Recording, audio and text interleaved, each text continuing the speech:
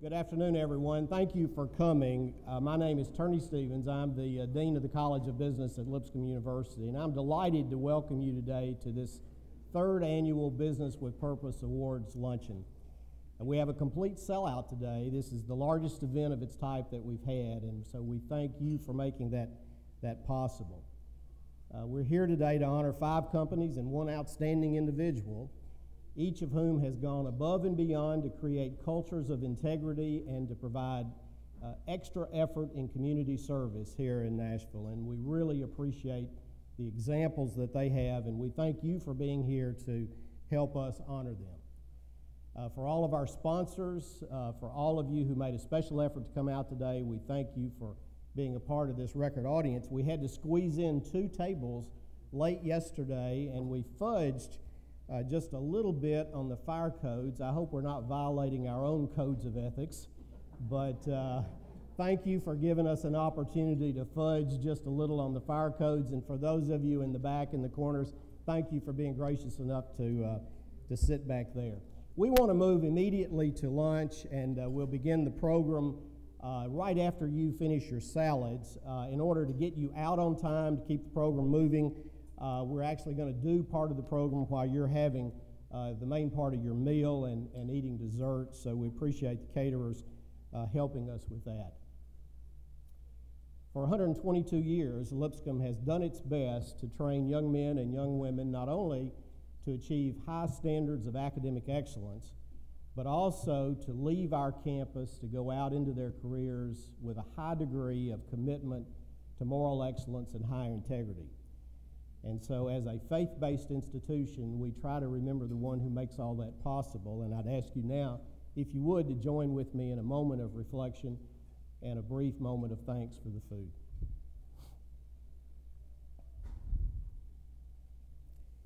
And now to you who makes it possible, we thank you for the blessings that you have given us. We thank you for the food we will consume today. We thank you for the lives we will honor today. Thank you for the examples that they set for our community. We thank you for the students who are here to be inspired to carry on in future generations.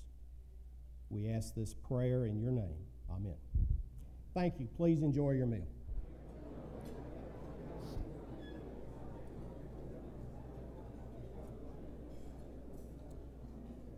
Again, let me thank you for being here, and if you'll forgive us for moving ahead with the program even while the last meals are being served, we want to get you out on time. We respect the fact that many of you have meetings this afternoon, and so we'll conduct the program while you're enjoying lunch. Thank you to all of you for being here. This is the 3rd year of the Business with Purpose Awards, and we've been particularly blessed with the generosity of the sponsors who have been with us actually each of those 3 years. So I'd like to bring to the podium now Alfonso Alexander from the National Association of State Boards of Accountancy, who actually heads up their Center for the Public Trust. They're our title sponsor today, and we appreciate them being here. Ken Bishop, I think, is in the audience, the CEO of NASBA. Ken, do I see you here? Are you here? Is Ken with you today? Not here. Okay. Well, we are glad to have Alfonso Alexander today, so will you welcome him to the podium? Thanks, Al.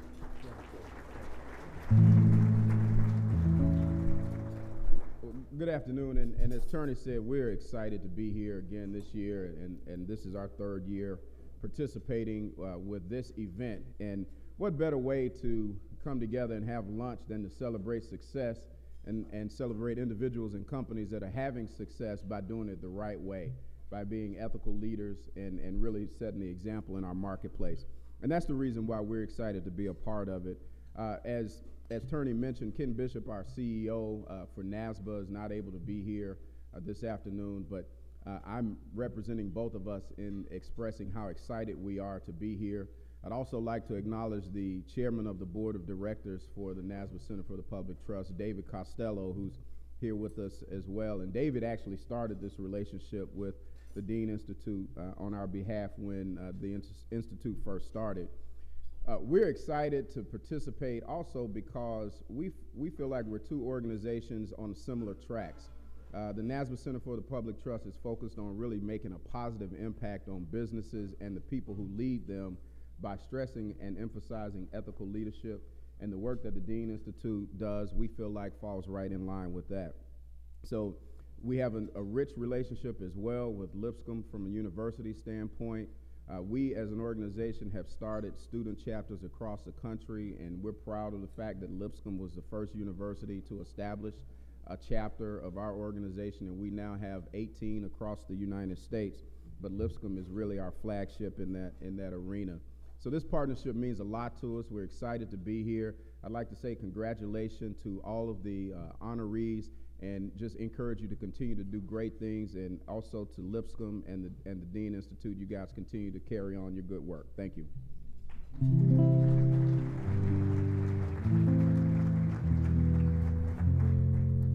Thanks, Al. We appreciate your support as well as NASBA's and CPT's. We'd also like to bring to the podium Trace Blankenship, who's a partner at Bone McAllister in Norton.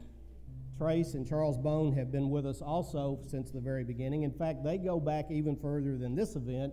They go back to the launch of the Dean Institute in 2008. They were the founding sponsors of that event. We've called them our co-founders. So Trace, welcome to the platform, and thank you for your sponsorship. Thank you. When Turney said that I've got to keep my greetings to 3 minutes, I said, you know, that really upsets the equilibrium for a lawyer who's used to billing in minimum increments of 6 minutes, but I think we can do it. We really do appreciate the opportunity to be here today, and I was thinking about this event, and sort of a lot of photographs in my head sort of came kind of coming back, even back to sitting down with Turney maybe in the summer of '07 after Turney had come back from an intense director's college on the West Coast, and thinking about, is there something like that, but something that would be distinctively Nashville, that would serve the needs of the community here, the business community, that would speak into the lives of those who make difficult decisions and help support cultures of integrity. I think we just started dreaming out about that.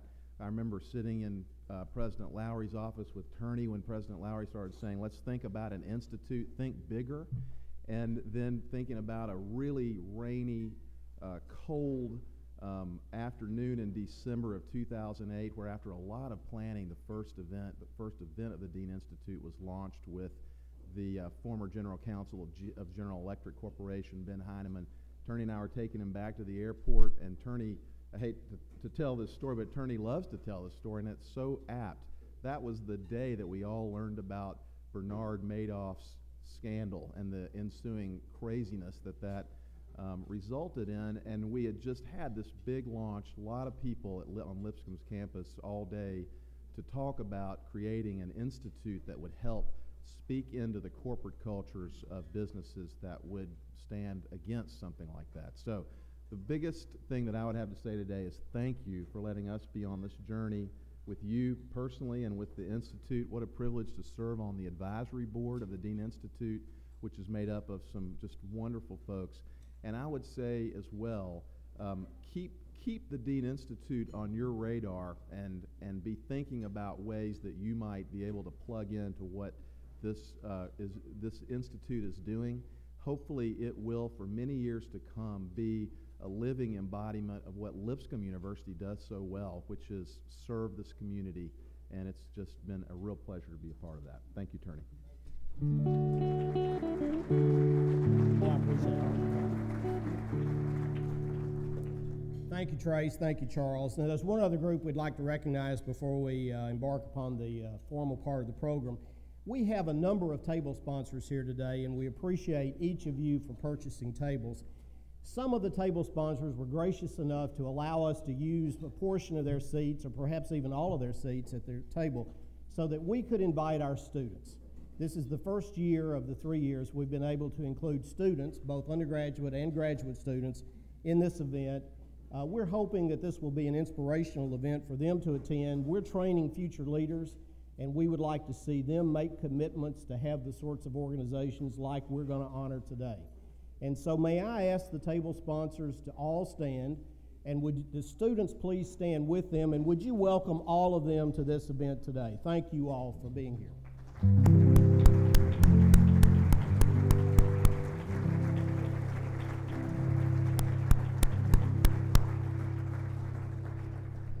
Again, thank you so much. We've prepared a brief video, which I'd like to invite you to enjoy at this point. So if I could ask my friends in the control room up there to key the video, would you join me in watching this video?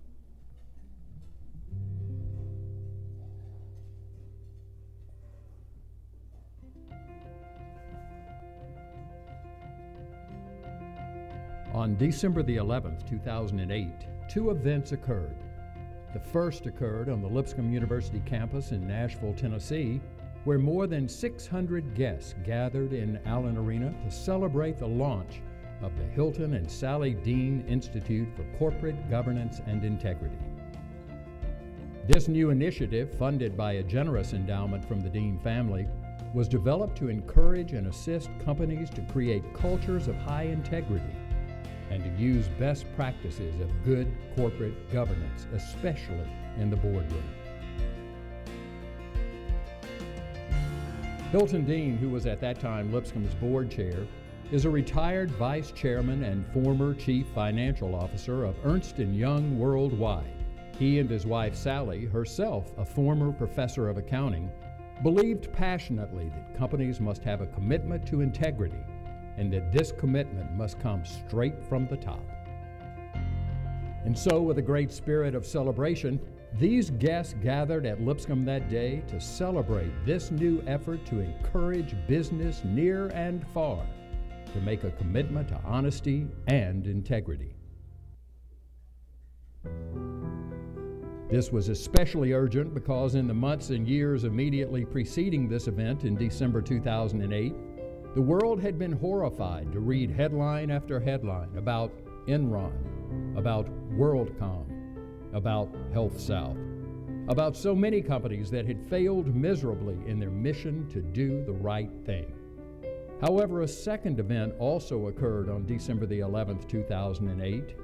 The news broke from New York that the FBI earlier in the afternoon had arrested a man named Bernard Madoff. Ironically occurring on the very day that Lipscomb launched its Institute to Encourage Ethical Behavior, the Madoff arrest and the subsequent revelations about the astounding gravity of his fraud only serve to underscore the need for such an institute. In the years since 2008, the Dean Institute has accomplished much. In partnership with the National Association of State Boards of Accountancy and its Center for the Public Trust, the Dean Institute created the nation's first student chapter of the Center for the Public Trust. The Institute has sponsored numerous educational initiatives, including its popular Boardroom Briefing series. It has been widely recognized for these efforts, having been named in 2009 by Ethisphere magazine, now a division of the New York Stock Exchange, as one of the world's 100 most influential in business ethics. 3 years ago, the Institute launched its Business with Purpose Awards, designed as a way to recognize annually those companies and individuals that have gone above and beyond to create cultures of high integrity and to lead from the top in areas such as community service and corporate social responsibility. Each year, as these awards have grown more prestigious, more and more companies are coming to recognize that ethics, integrity, and service do not happen by accident. They require leadership and commitment. And perhaps most importantly, understanding that a culture of high integrity can absolutely coexist with a culture of financial success. After all, that's just good business. Business with a purpose.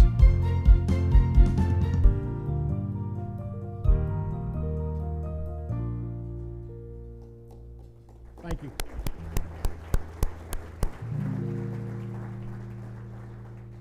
And we're honored today to have Sally Dean, part of the partnership that helped us create the Dean Institute. Hilton is engaged otherwise today, but Sally is with us, and I'd like you to thank Sally for the founding of the Dean Institute. Sally, would you please stand?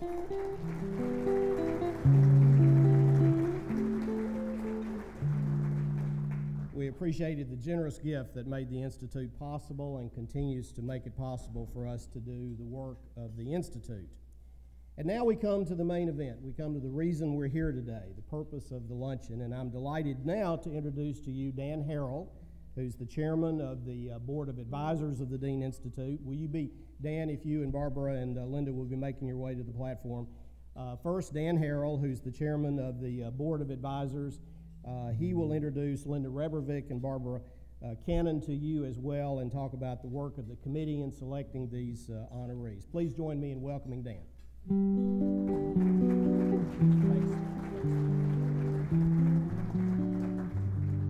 Thank you all for coming on such a beautiful day. Who would vote for a different spring next year? I can't figure out if Al Gore is right or wrong about global warming. So anytime you're involved in an event, there's a lot of hard work that goes on, and I kind of did a lot of that stuff the first 2 years and finally told Turney, I said, man, this is killing me. And so I decided to get two of our advisory board members to co-chair the event. All the hard work, the money that's raised, and Turney will talk about the purpose of that money that's raised from this particular luncheon today. But I would like for Barbara Cannon and Linda Rebervick to come up, and you give them a big hand for all the great stuff they've done, and they will present our awards.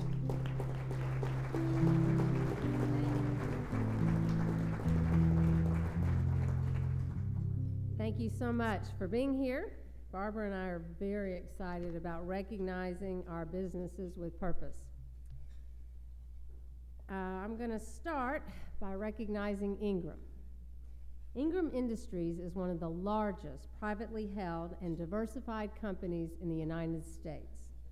They are number 216 on the Forbes America's 2012 largest private companies.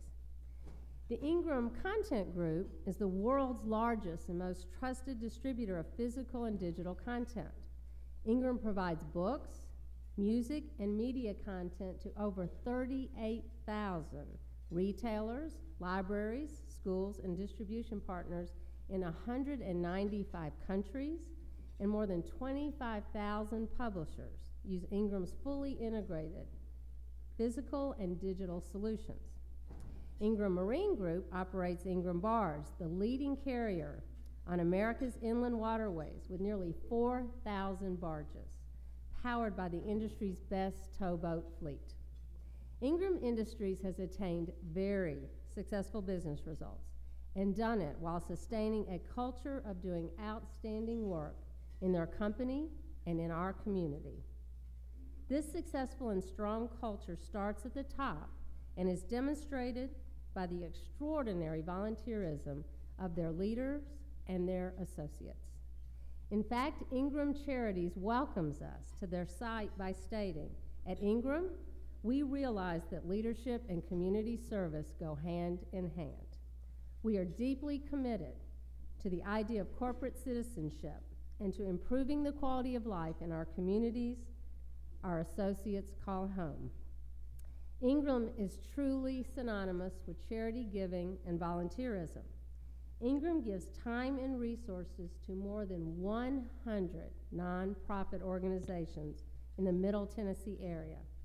They make substantial impacts on United Way as one of a very few companies who has been a perennial member of the $1 Million Club. They are literally involved in almost every facet of Nashville, from the public schools with the Nashville Alliance for Public Education to higher education, such as Lipscomb University, from the Tennessee Performing Arts, the opera, and the symphony to our nationally recognized Entrepreneur Center. These are just a few examples of the major beneficiaries from the Ingrams and their associates to ensure Middle Tennessee thrives. Please join me in honoring Ingram Industries and Chairman John Ingram in the company's recognition as a Lipscomb Dean Institute Business with Purpose.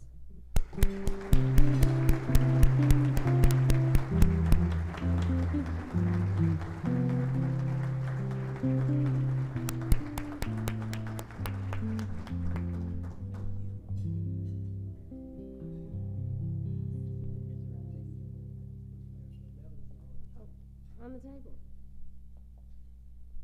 Thank you. Unrehearsed.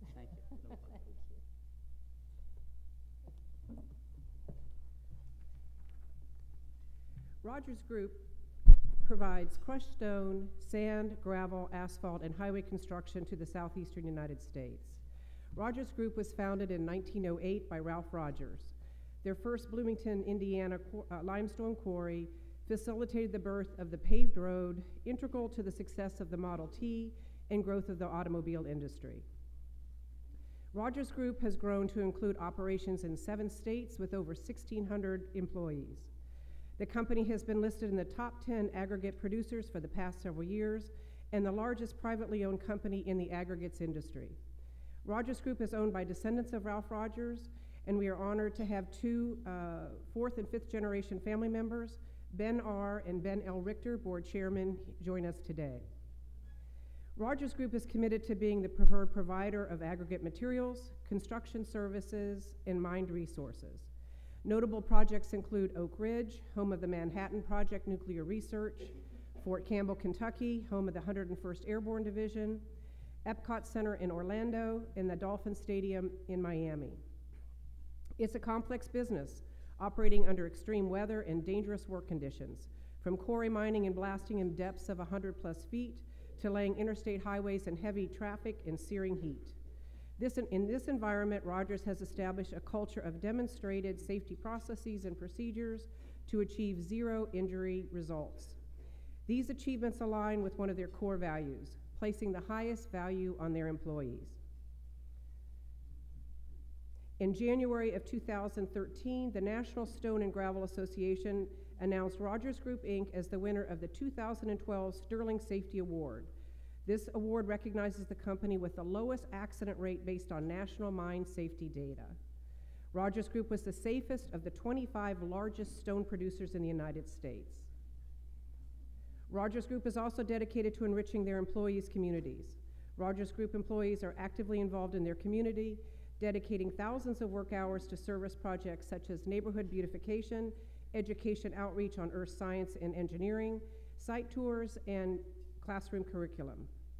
Their expertise is sought by public works officials in evaluating needs for storm draining and other public utilities. In the greater Nashville area, Rogers Group has been active supporters of the United Way, the Red Cross, Habitat for Humanity, Ronald McDonald House, and a host of other charities. Please join me in honoring Jerry Garrity, CEO of Rogers Group, for their outstanding contribution to their business, to their employees, and the communities they serve.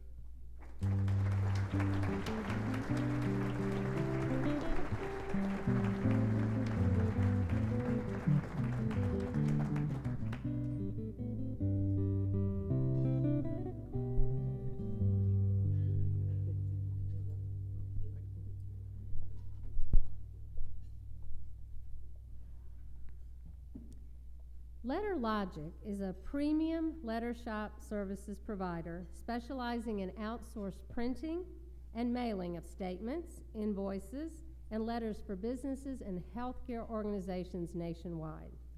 Founded in 2002, the company has grown over 75% during the past 3 years to over $25 million in revenue. In recognition of their outstanding business performance, LetterLogic has been named to Inc. magazine's top 5,000 companies for 6 consecutive years, an honor that is bestowed upon the fastest growing privately owned companies in the United States. They have continually been recognized by the Nashville Chamber of Commerce as one of the 50 fastest growing companies in Middle Tennessee. LetterLogic has attained tremendous business growth, but they have also built an impressive culture and made a difference through their commitment to our community and to sustainability. LetterLogic is the only business in the United States who guarantees their customers' mail will be delivered or they will return their money back, regardless of the reason. This culture of customer service permeates their company in everything they do. LetterLogic is very committed to helping our environment. They use sustainable resources on their 10 million pages of paper each month. Their paper comes from forests with sustainable processes, and their envelope windows are also biodegradable. They encourage and they offer online billing and payments. The LetterLogic values are instilled in their employees. The company buys bus passes for their employees or pays by the mile for all employees who ride a bike or walk to work.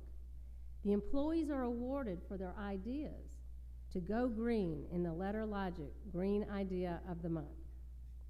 Of significance and important distinction for their founder and CEO, LetterLogic has been named one of the 50 fastest privately owned women-led companies in North America by Entrepreneur Magazine. And in 2009, Ernst & Young recognized LetterLogic as a winning woman-owned company. Please join me in honoring LetterLogic and Sherry Stewart Deutschman, founder and CEO, to recognize the company's award as a Lipscomb Dean Institute Business with Purpose.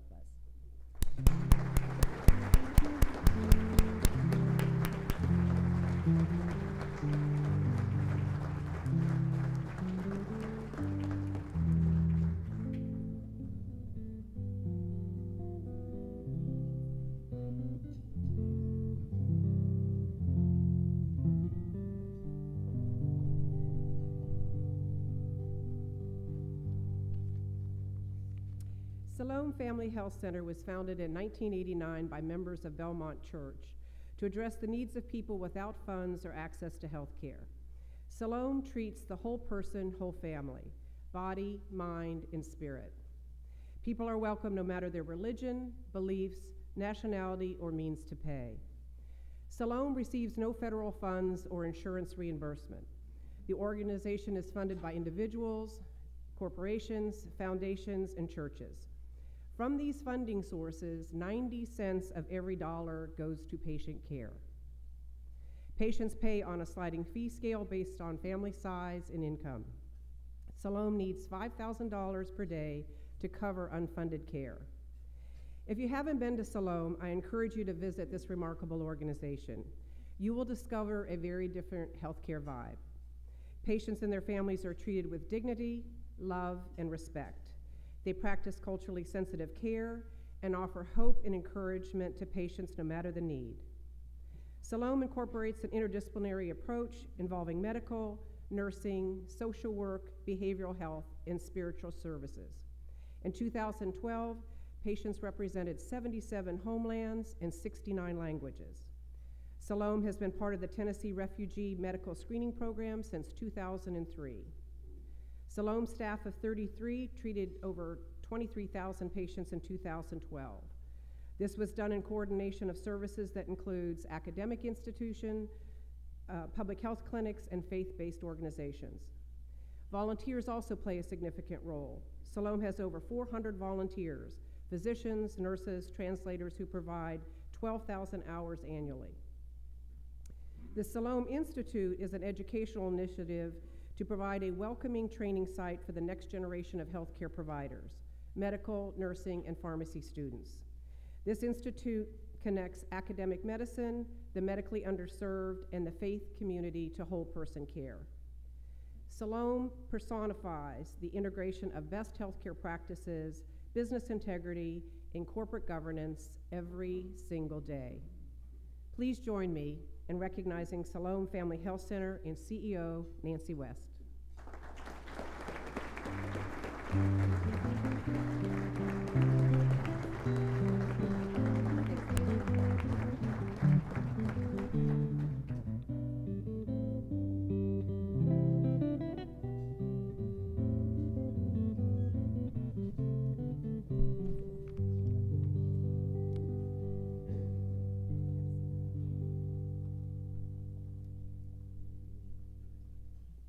Tractor Supply Company is the largest operator of retail, farm, and ranch stores in the United States with over 1,175 stores in 45 states.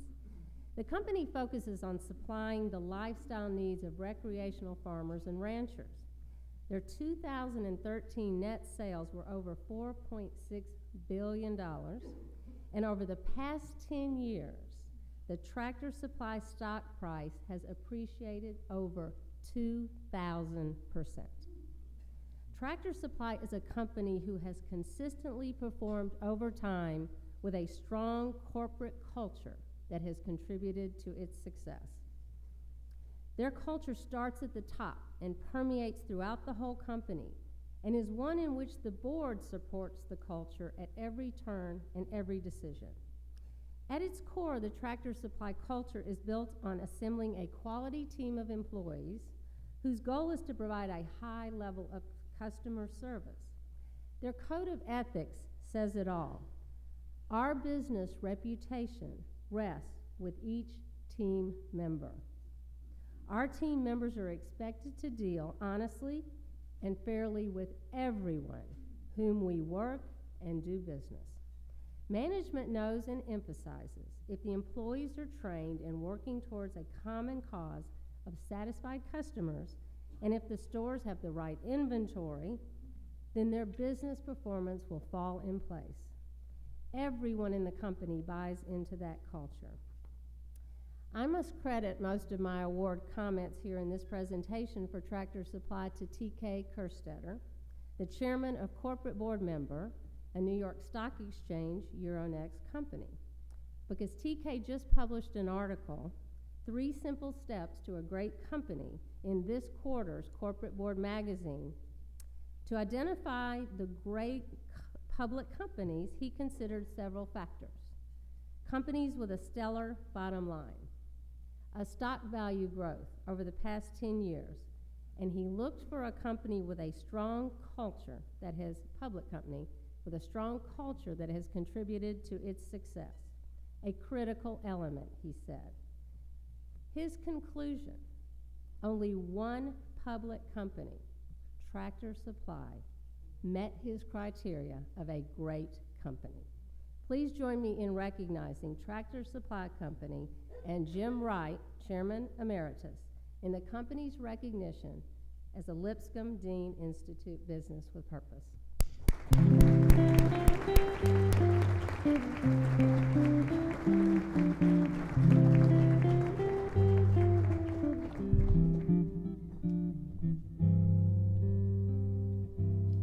Thank you very much, Barbara and Linda. Let's give them another hand.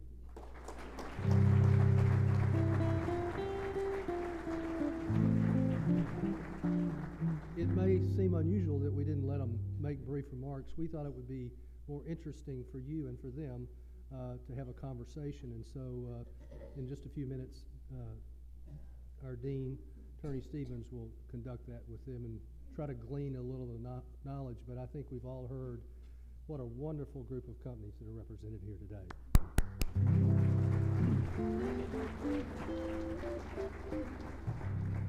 Next, we're going to have our Leadership Award, and to make that presentation and brief introduction,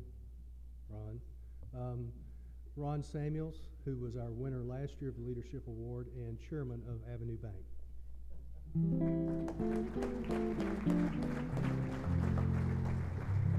I caught that. He said brief. I did, and then he said Ron. And, well, it could be really brief because, Steve, I prepared the most wonderful introduction for you.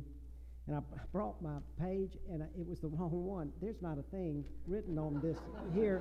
So I'm going to do the best I can to kind of remember what I know about Steve Moore. And the other thing is, it made me feel really good, Attorney, that we had a record. Do you get this? Record turnout. I didn't know what that said about me for last year.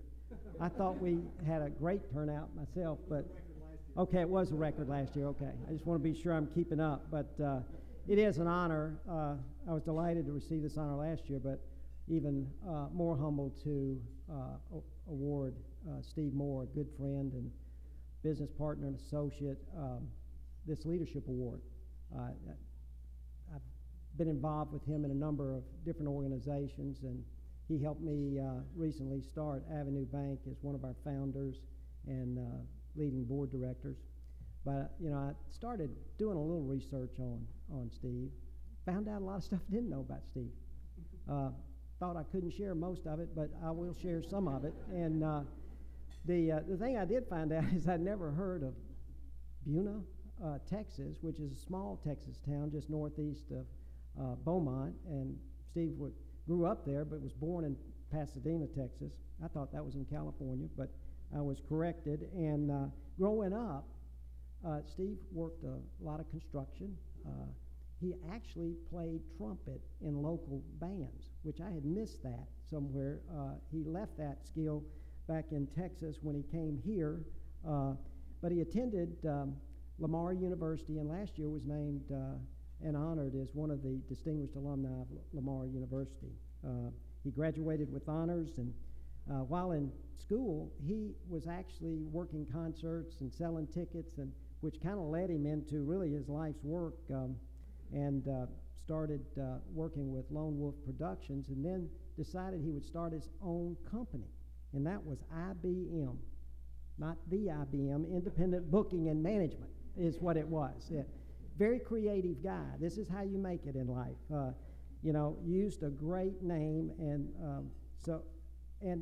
had a tremendous success in providing concerts and content for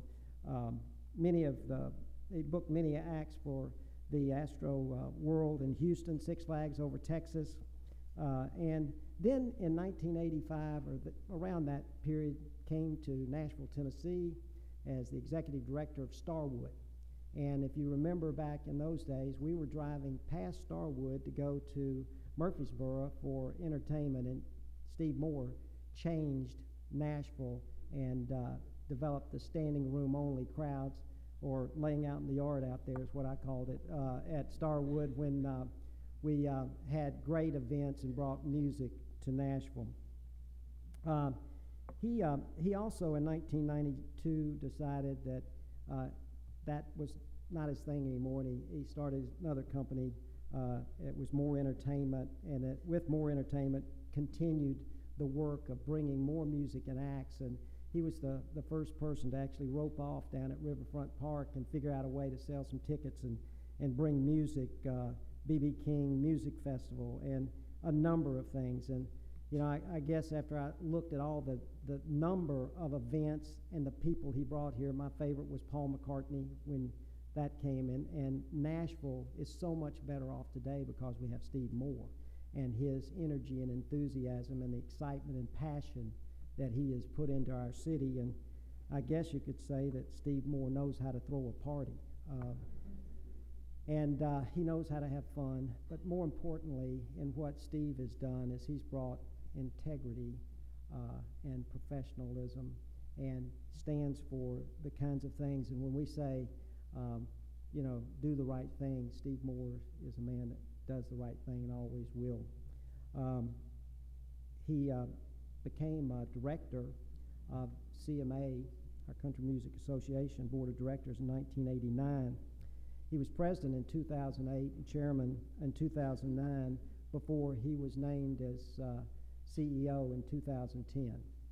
He's made dramatic changes there. He's put us on the map, changed a number of different things. And Steve, we're thankful for how you've raised the presence. I know he had two of his sons, Sterling and Remick, are here with him today. Charmione could not be here today, and third son, Hunter. I don't think I saw Hunter, but glad to have you all in the family, and it's my honor. Well, one other thing I want to tell you, because this is significant, is about 7 or 8 years ago, Steve was traveling to Guatemala and founded the Shalom Foundation to build a hospital to take care of disadvantaged youth. And in the last 2 years, after building this pretty much on his own and some foundation money that he raised, they've done over 600 surgeries to kids that otherwise would have never had that. Steve, I'm honored to present the Leadership Award to you, and please welcome Steve Moore.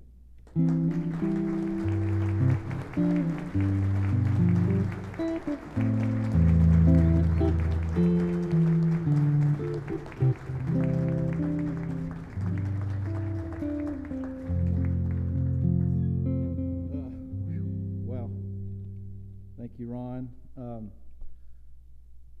You know, I get to speak in a lot of different things, but really I got to admit to you, this really makes me nervous.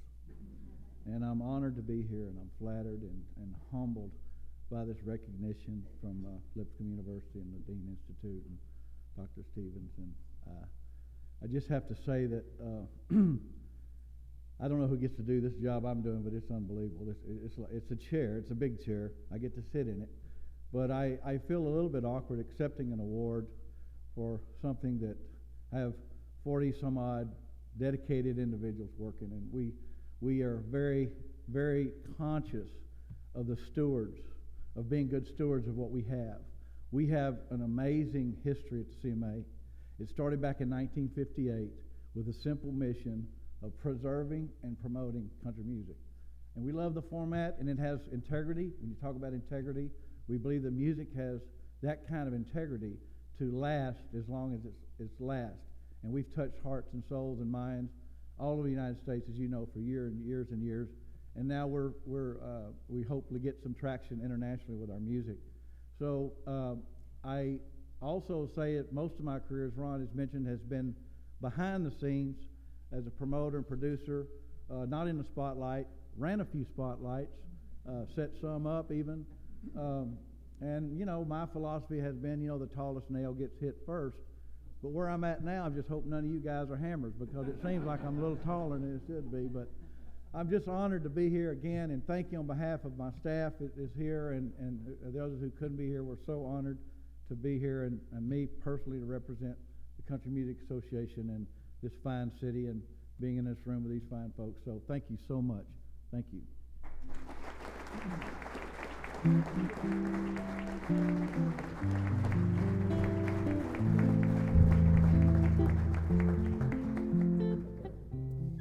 Well, we've got just a few minutes left to have a little discussion here. One of the things that didn't come out in the comments was that every single one of these executives insisted on a table where they could bring their team with them to share this honor. So let's thank each of the teams that are here today who also made this honor possible. Thank you all very much.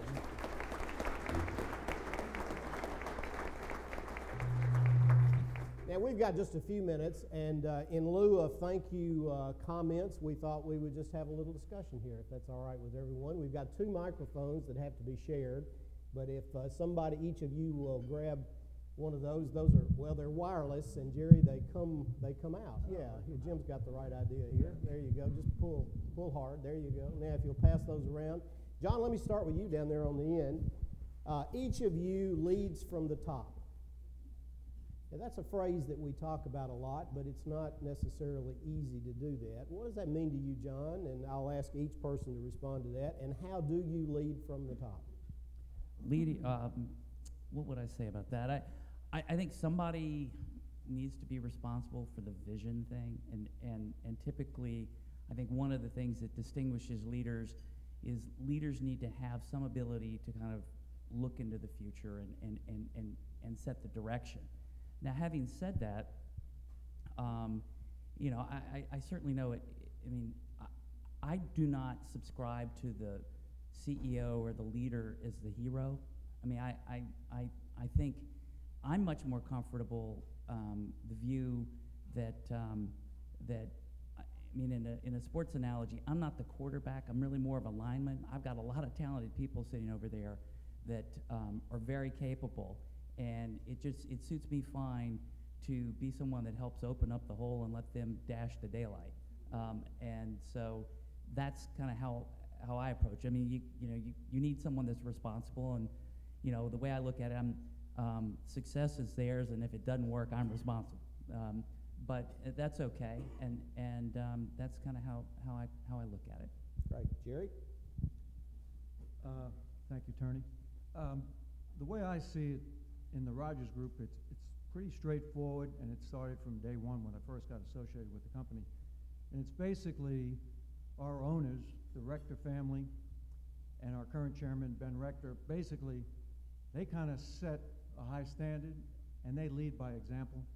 So it makes it easy for myself and our management team to know high standards are expected of us and to lead by example.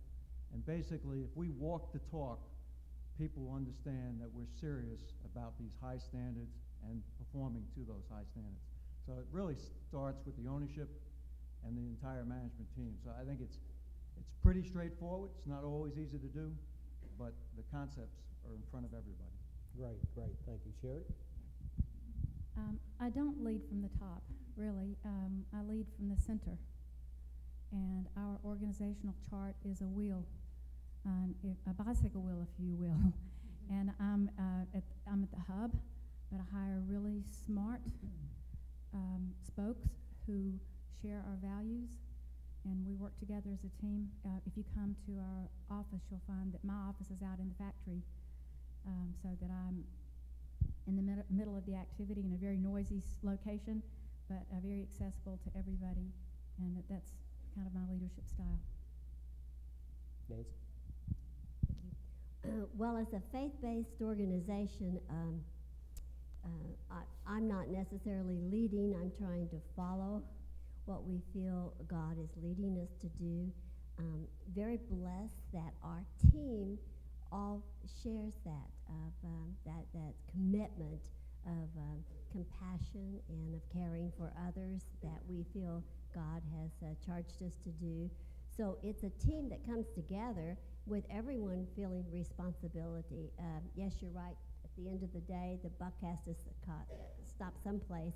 So I guess that's with me, but it really is a team effort of really just coming together to show love and compassion for the patients that we care for our staff, and for our volunteers. And Jim, before you comment, I just want to interject. I've heard Jim speak to our classes and our students, and I know you lead from the bottom. So I think it'd be really interesting for you to answer my question about leading from the top. Sure. So from the top, I'll probably get to the bottom in a minute, but from the top, I believe a leader's responsibility is to set a clear, a compelling vision for the future of the company, and then to sell and explain to everyone in the company what that looks like, what the role is, what the responsibility is, how they're interdependent and codependent to achieve that. And then leaders must answer the question everyone has, which is, what's in it for me if I or we all do this, and provide an answer to that. And then the leader, leading from the bottom, which I believe is servant leadership, my job is to get out of the way and let the really smart people that we've hired achieve their piece of the overall vision. Steve? Well, certainly I concur with everything that's been said. I think the association was a little different for me because it's a 501c6 not-for-profit, so there's a little bit of nuances when you're running a trade organization than from being out there in the entrepreneurial world, but some of the tenets all remain true. Is people are the most valuable asset you have in the building, bar anything. What we've tried to do is continue to do the mission that's been set forward by our forefathers, but also do it in a new and creative way. But the thing that I have tried to instill and will continue to instill is we've got a lot of young people come through our door, trying to get into this glamorous world of country music business. And some of them come for the wrong reasons, but the ones who are good and persistent get in. And our job is really to teach and mentor and train, because we have to give them the experience of what we've done. And also, there's a point where they will take it and then start teaching you back. And then I find this, when you start about leading from the bottom, that really comes to mind when I walk into the digital meetings. When I hear these kids talk about the digital strategies, and I just kind of back up and just kind of exit to the door, because I can't help them in any way. But smart people, but teaching and mentoring and training is really important, and we try to do a lot of that. All right, well, let me throw out another question in the limited time we've got to the panel in general. We won't go in any particular order here. Feel free to respond. I am really encouraged by the generation of students that I see at Lipscomb today. I was one of the judges last night at our entrepreneurship contest, and every single business plan had a social component to it. The generation of students in school today want to see their organizations make a contribution, to give back, to make the community better. Tell me how each of your businesses do that. Anybody? Well, the CMA has focused in with direction and support from our artist community on music education. So we have kind of adopted that as our giving back strategy. But to the overall point about students, what I have seen is a more conscious effort of students want to be involved in social issues than I've ever seen. I know that in my own relationships with myself and others that I've grew up with, we didn't have those same, desires. Trust me, we were looking to do something else, and it wasn't that. And but it's so exciting, and I've seen these kids when we take them on mission trips. They're in school, they're studying, and they adopt these social issues as their own, and they do make a difference. And I'm really impressed with what's coming out of the universities these days with those kind of attitudes. So it's just refreshing. Anybody else? There was a buzzword a few years ago around corporate America about doing well by doing good, or doing good by doing well. And we always consider our shareholders. So as we choose those causes that we're going to support, first of all, we're very significant United Way contributor here in Williamson County. And that's because it's local and our people are touched and have a chance to touch others who are less fortunate. So we do that in a big way. But then on a broader basis, we support the 4-H because our shareholders would like us to help people who will become our customers. And the parents are our customers. Also, the values of the 4-H are social and they're very strong traditional American values. We also support the FFA for the very same reasons. And then we also support each of our stores, supports the local community. So we have seen through the years, our best thought is that we do this without hope of getting credit. But what's interesting when you march forth with that as a strategy, ultimately you do get credit, and the shareholders are rewarded. Great. Anybody else? At Siloam in the mid-90s, we began a program of mentoring the next generation of young healthcare professionals. And a couple of years ago, we formalized that into the Institute of Faith, Health, and Culture. And we're really committed to training this next generation of healthcare professionals in whole person healthcare, meaning that we meet the needs of a person physically, emotionally, and spiritually. We're also committed to culturally sensitive training and of teams working together where it isn't just all centered around the physician, but it's the physician, the nurse, the behavioral health consultant, perhaps the pastor, the social worker, all coming together as a team to meet the needs of a particular patient. We feel that's the way medicine should be practiced, and that's the kind of medicine that all of us want to participate in.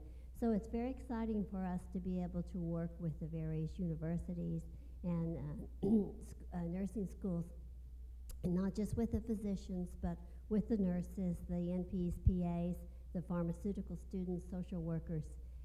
It's very exciting what we're seeing, and we are delighted with the young people that we're seeing and their commitment to just helping us to care for patients.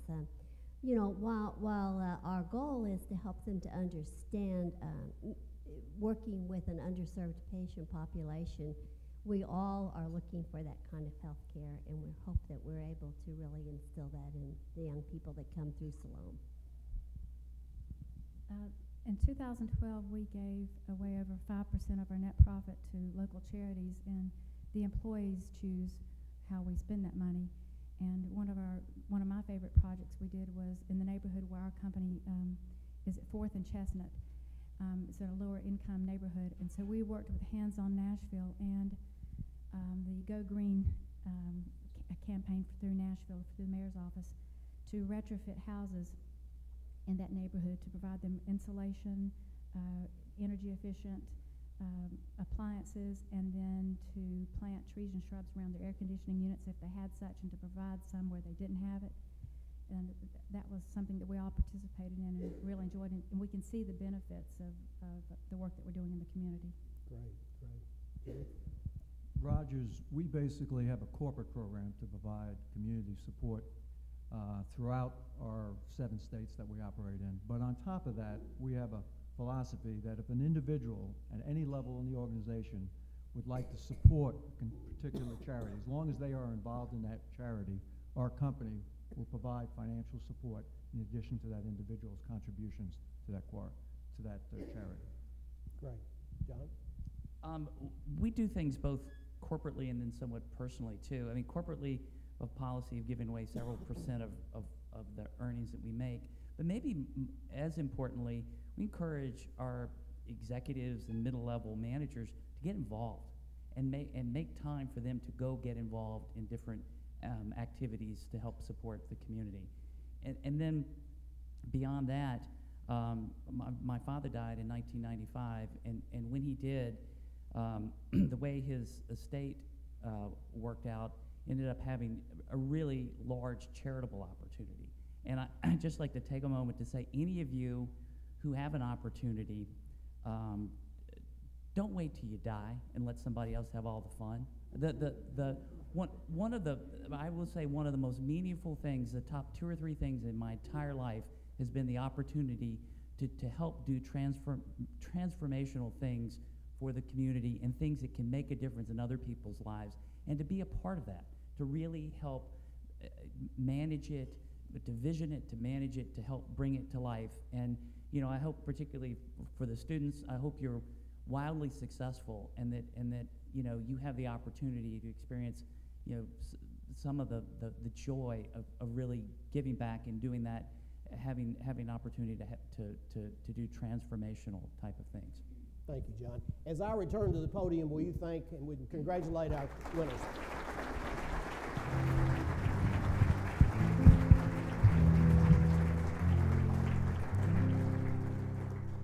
Well, thank you again for being here. As we wrap up today, I'm delighted to have the opportunity to make a special announcement to you.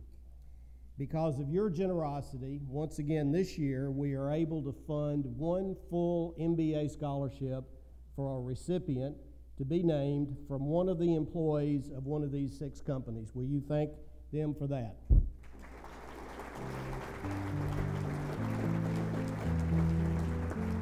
And let me say that that's not just a discount. That's a $40,000 scholarship to our MBA program, which is paid for by the Dean Institute from the proceeds of this event. So thank you for making that possible.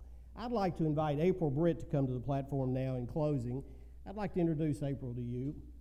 April is one of our MBA students, and she was the recipient of last year's scholarship. She's the training director at Avenue Bank, and because of your generosity last year, she's now in the MBA program. And I wanted her to have just a moment, that's probably all we've got left, to just say what you want to about what this education has meant to you. April, please join me in welcoming April Britt.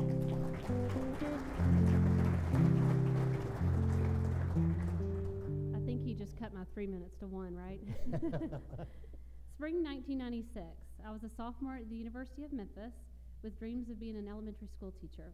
I landed my first banking job as a teller that same year.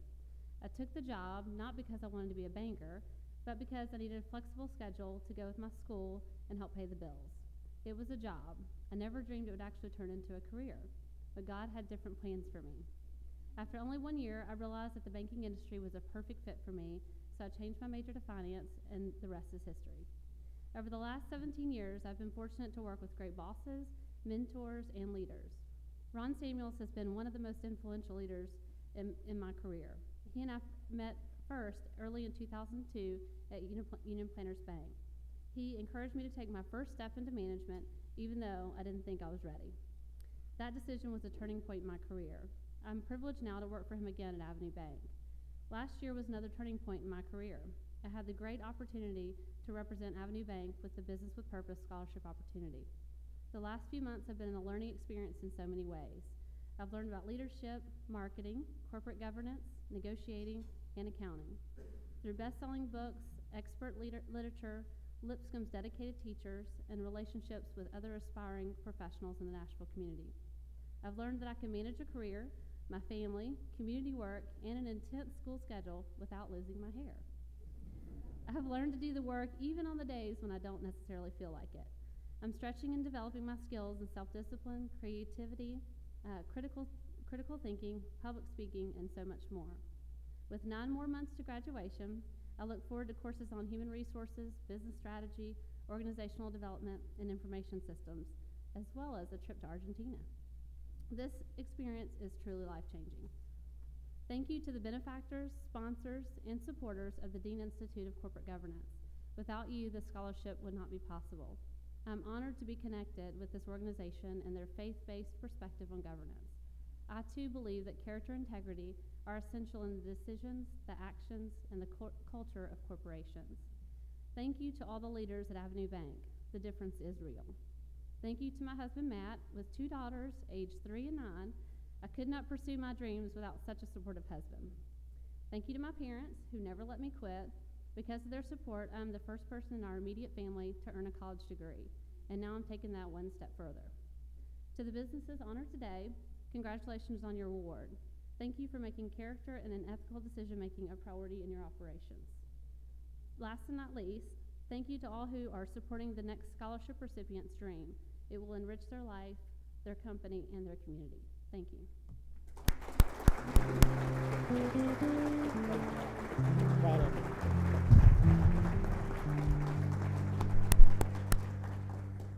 That crack about losing your hair may make an A hard for you to get in my class, April, but maybe we'll forgive you for that. Well, once again, congratulations to all of our winners today. Thank you for being here. Thank you for the support of this event. Thank you for leading businesses that respect high integrity and moral character. We'll see you again next year. Thank you.